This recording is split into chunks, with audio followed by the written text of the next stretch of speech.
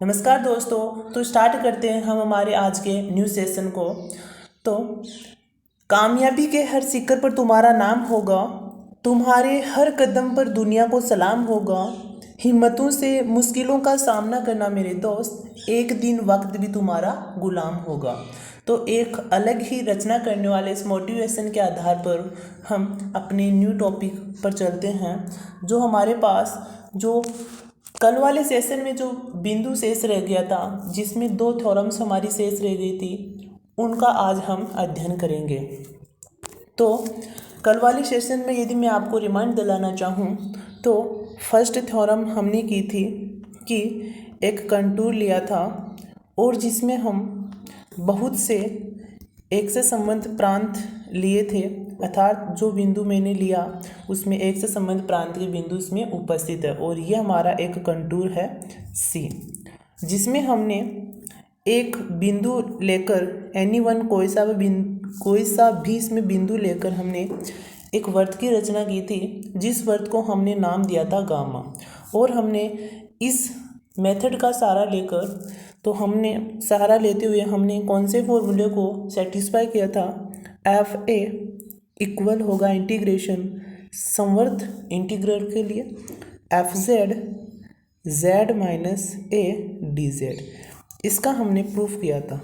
और कल सेकंड जो हमारी थ्योरम्स होगी, जो हमारी थ्योरम्स थी कल वाली सेकंड, उसमें क्या था, उसमें हमने एक बहुसंबंधी प्रांत लिया था जिसमें हमने दो बिंदुओं को लेकर इसमें दो वर्त की रचना की और एक वर्त का हमने नाम दिया C1 और दूसरे वर्त का नाम दिया हमने गामा। और हमारा जो टोटल कंटूर होगा वो क्या होगा C।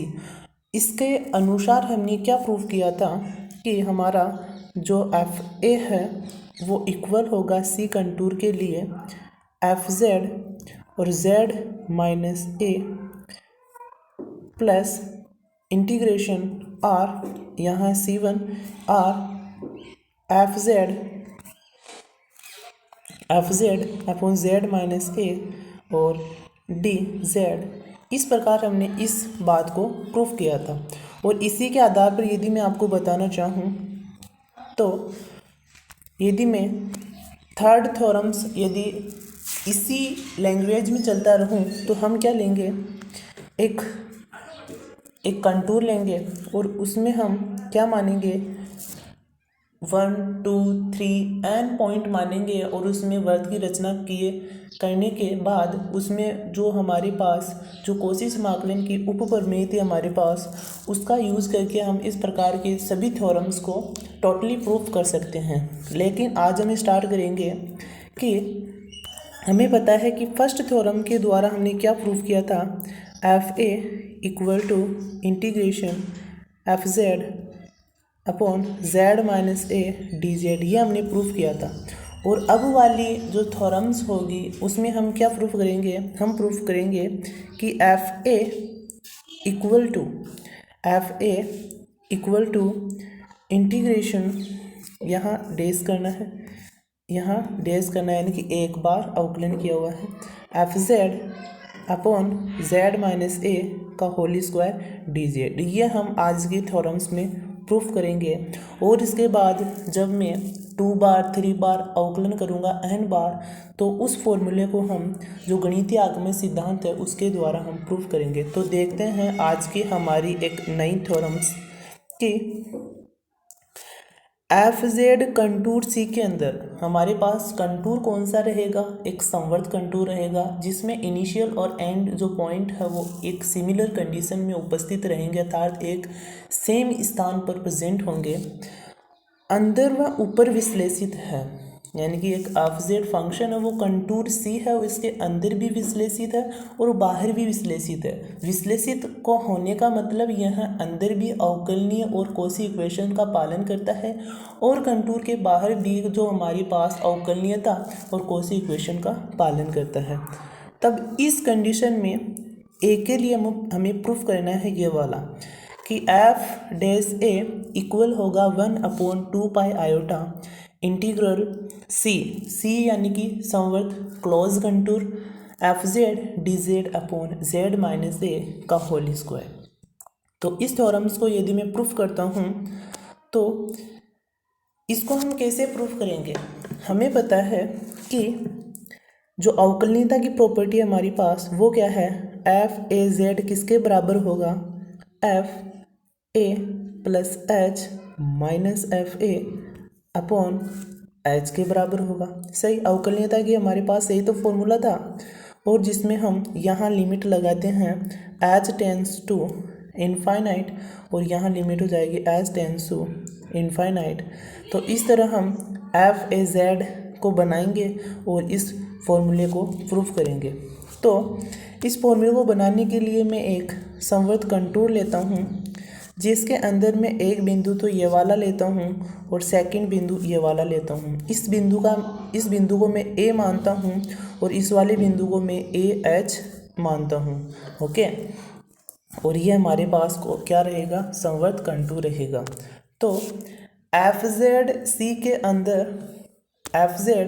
सी के अंदर एवं ऊपर विश्लेषित है स्टेटमेंट के अकॉर्डिंग, तथा सी में A तथा A + h निकटवर्ती बिंदु है, तब कॉची समाकलन सूत्र से Fa = 1/2 pi iota integral Fz dz/z - a। अर्थात इसके द्वारा मैंने क्या किया कि जो हमारी जो फर्स्ट थ्योरम्स थी उसके आधार पर मैंने बिंदु A के लिए फॉर्मूला निकाला और बिंदु A + h के लिए फॉर्मूला निकाला, जो कुछ इस प्रकार है कि जब A के लिए यदि अब मैं इन दोनों फॉर्मूलोज के मध्य यदि डिफरेंस निकालता हूँ A + h - a, अर्थात यदि मैं इसको इक्वेशन नंबर फर्स्ट और इसको इक्वेशन नंबर सेकंड हो तो मेरे पास जो डिफरेंस होगा वो 2 - 1 होगा, अर्थात इक्वेशन 2 - 1 होगा। तो यदि मैं इनको इक्वेशन Fa + h - Fa को सब्सट्रैक्ट करता हूँ तो मेरे पास ये कंडीशन प्राप्त होगी। और इसके बाद जब मैं इनमें से Fz और अपॉन 2 पाई आयोटा यदि कॉमन लेता हूँ z - ab तो मेरे पास ये कंडीशन प्राप्त होती है। यहाँ से z - a निकले जब कॉमन आएगा तो 1 - h अपॉन z - a यहाँ शेष रह जाएगा और यहाँ -1 हमारे पास साथ ही चलेगा जो इसके स्थान पर होगा। अब हम देखते हैं कि जो ये वाला कंडीशन है इसको हम क्या लिखेंगे। यदि हमारे पास 1/x है तो इसको क्या लिख सकते हैं, x की पावर -1। और यदि हमारे पास 1 h अपॉन z - a ये वाली इस प्रकार कंडीशन है, तो इसको हम जब अंश के रूप में ऊपर की ओर ले जाते हैं तो मेरे पास क्या बनेगा, ये 1 - h अपॉन z - a की पावर -1। तो इस तरह की कंडीशन हमें प्राप्त हो जाएगी और यह वाला फॉर्मूला प्राप्त होगा। अब हम क्या करेंगे, जो 1 - h अपॉन z - a की पावर इनवर्स 1 है तो इसको किस प्रकार सोल्व करेंगे। हमें पता है कि x प्लस y की पावर n, अर्थात जो हमारी जो प्रमेय है द्विपद प्रमेय, तो उसी के अनुसार सोल्व करेंगे। वो क्या होती है, द्विपद प्रमेय हमारी क्या होती है, x प्लस y की पावर n किसके इक्वल होती है, ये इक्वल होती है nc0 x की power n plus nc1 x की power n-1 and y plus nc2 x n-2 y square. तो इस प्रकार ये n पदों तक ये इक्वेशन होती है। और जब मैं n की वैल्यू -1 यहाँ रखता हूँ तो मेरे पास हमारे पास जो ये वाली कंडीशन है वो इसका हम सॉल्यूशन कर सकते हैं। तो नेक्स्ट चलते हैं। यदि मैं द्विपद प्रमेय से उस पद का सॉल्यूशन करता हूँ तो मेरे पास ये प्राप्त होता है और यहाँ 1 से -1 कैंसिल हो जाता है। और जब मैं इसमें से इन दोनों कंडीशंस में से एच अपॉन जेड माइनस ए कॉमन यहाँ से बाहर निकालता हूँ तो मेरे पास अंदर ये इक्वेशन बन जाती है और बाहर ये हो जाता है। और जब मैं एच का मैंने दोनों पक्षों में डिवाइड पहले से किया हुआ है, क्योंकि हमें तो बनाना था अवकलनीयता की फॉर्म। तो हमारे पास इक्वल में ये बन जाती है लिमिट लगा के, और जो हमारे पास इसके सिमिलर जो कंडीशन होगी वो ये वाली होगी कि लिमिट एच टेंस टू 0 1/2 यहाँ से डायरेक्ट आ जाएगा, और एफ जेड माइनस ए का होल स्क्वायर, और अंदर हमारे पास ये फॉर्म रह जाएगी। अब यदि मैं यदि मैं एच टेंस टू यदि 0 यहाँ अप्लाई करता हूँ तो ये वाली कंडीशन क्या हो जाएगी 0, और ये 1 से मल्टीप्लाई होके हमारी जो थ्योरम्स में जो हमें पूछा है वो एक प्रकार से यहाँ प्रूफ हो जाता है कि एफ डैश ए इक्वल होगा 1/2 pi iota integral C F Z D Z upon Z minus A. इन थ्योरम्स का जो सिस्टम है वो कुछ इस प्रकार है कि हमने फर्स्ट थ्योरम्स में क्या सेटिस्फाई किया था, क्या हमने प्रूफ किया था कि एफ ए इक्वल है 1/2 pi iota integral C F Z और Z minus A D Z, ये हमने प्रूफ किया था। सेकंड वाली कंडीशन में इसका हमने क्या किया, अवकलन किया एफ ए डैश। तो अवकलन करने पर यहाँ की पावर कितनी हो गई 2 हो गई, यहाँ की पावर कितनी हो गई 2। और यदि मैं यहाँ 2 बार अवकलन करता हूँ अर्थात सेकंड पार्ट अवकलन यहाँ मैं करता हूँ तो यहाँ पावर कितनी हो जाएगी 3। और यदि मैं यहाँ इसका n बार अवकलन करता हूँ तो मेरे पास जो फॉर्मूला होगा वो क्या होगा एफ ए जेड माइनस ए की पावर n+1, अर्थात यहाँ से एक पावर अधिक प्राप्त हो जाती है। तो इस थ्योरम्स को भी हम अभी प्रूफ करते हैं। तो नेक्स्ट थ्योरम जो होगी हमारी यही है कि यदि एफ जेड कंटूर सी के अंदर व ऊपर विश्लेषित है तब सी में कोई बिंदु ए इस प्रकार होगा। तो इसे हम प्रूफ कैसे करते हैं कि इस प्रकार के रिलेशन को जब हम सेटिस्फाई करना चाहते हैं तो हम गणितीय आगमन विधि का अध्ययन करते हैं। गणितीय आगमन जो विधि है जो 12th क्लास में हमने सीखी है उसमें क्या किया जाता था कि n इक्वल टू सबसे पहले 1 रखा जाता था, यानी कि 1 पॉइंट पर उस इक्वेशन को संतुष्ट किया जाता था, और उसके बाद n इक्वल टू k और n इक्वल टू k+1 इन तीनों पॉइंट के आधार पर हम गणितीय आगमन विधि की रचना करते हैं और उस फॉर्मूले को प्रूफ करते हैं। तो सबसे पहले मैं इस फॉर्मूले के लिए गणितीय आगमन यदि विधि लगाता हूँ तो n इक्वल टू 1 पर इसको चेक करता हूँ, अर्थात n जहाँ है वहाँ मैं 1 रखता हूँ। तो मेरे पास n यहाँ 1 रखता हूँ तो एफ ए जेड ओके यहाँ ये डैश नहीं होगा, गलती से आ गया सॉरी। एफ ए इक्वल होगा 1/2 pi iota F A Z upon Z minus A का स्क्वायर। यहाँ यदि 1 लगाता हूँ तो 1+1 क्या हो जाता है 2 हो जाता है, तो जेड माइनस ए का होल स्क्वायर प्राप्त होता है।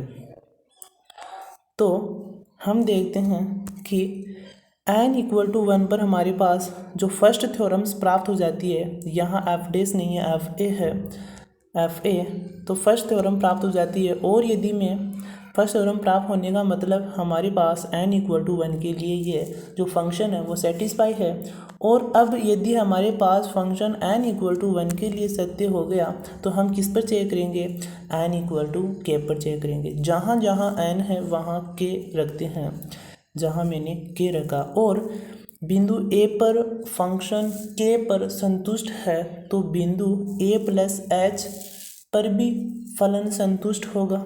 तो इन दोनों की कंडीशन हम ज्ञात करते हैं, और जब F A plus H minus F के ए द्वितीय थ्योरम्स के अनुसार जब हम डिफरेंस निकालते हैं इनका तो हमारे पास ये कंडीशन हो जाती है। और इस वाली फॉर्म में से यदि मैं एफ जेड और जेड माइनस ए की पावर k+1 यदि कॉमन बाहर निकालता हूँ तो मेरे पास कौन सी कंडीशन प्राप्त होती है, तो मेरे पास ये वाली कंडीशन प्राप्त होती है। और इसको मैं द्विपद विधि से अंश के रूप में ले जाकर इसका सॉल्यूशन करता हूँ तो मेरे पास ये सॉल्यूशन प्राप्त होता है। और इसमें 1 से -1 कैंसिल हो जाता है और h/z - a यदि मैं इसमें से कॉमन के रूप में बाहर निकालता हूँ तो मेरे पास ये अंतिम जो स्टेप है वो प्राप्त हो जाती है। और जब यहाँ h टेंस टू 0 में लिमिट यहाँ अप्लाई करता हूँ तो मेरे पास ये वाला टोटल वैल्यू 0 हो जाती है और 1 इससे मल्टीप्लाई हो जाता है। अब हम देखते हैं कि हमारे पास इक्वल में ये फॉर्म बन गई। कैसे?